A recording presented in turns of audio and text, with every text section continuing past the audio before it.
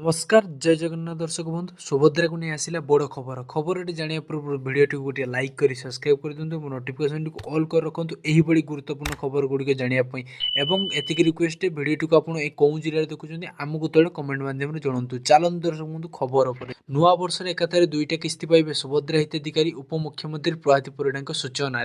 सुभद्रा योजना को नहीं बड़ अपडेट देले उपमुख्यमंत्री प्रभाती परिड़ा नुआ वर्ष एकाथारे दुईटा किस्ती पाइबे सुभद्रा हिताधिकारी नुआ जोड़ी होता हिताधिकारी अकाउंट को एकाथारे दुईटा किस्ती टंका ट्रांसफर हो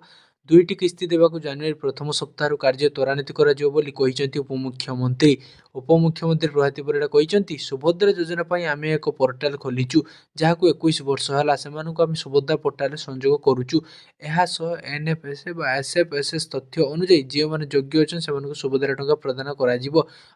नुआ जोड़ी होती एकाथारे दुईटा किस्ती टंका दिज्व यही दुई किस्ती एकाथारे देवाई जनवरी प्रथम सप्ताह कार्य को त्वरान्वित करुचु जो मैंने किसी पाई नथिले चिंता करुले नुआ वर्ष आसु से अभियोग आना समस्ते सुभद्रा योजना टंका पाइबे तेज सुभद्रा योजन 17 लाख रु अधिक नुआ हिताधिकारी जोड़ी होती 17,83,251 महिला को आनुष्ठानिक भाव में योजन जोड़ा जापरी 9,36,283 आवेदन को रिजेक्ट कर उपमुख्यमंत्री कहते सेपटे गतकाली सुभद्रा योजना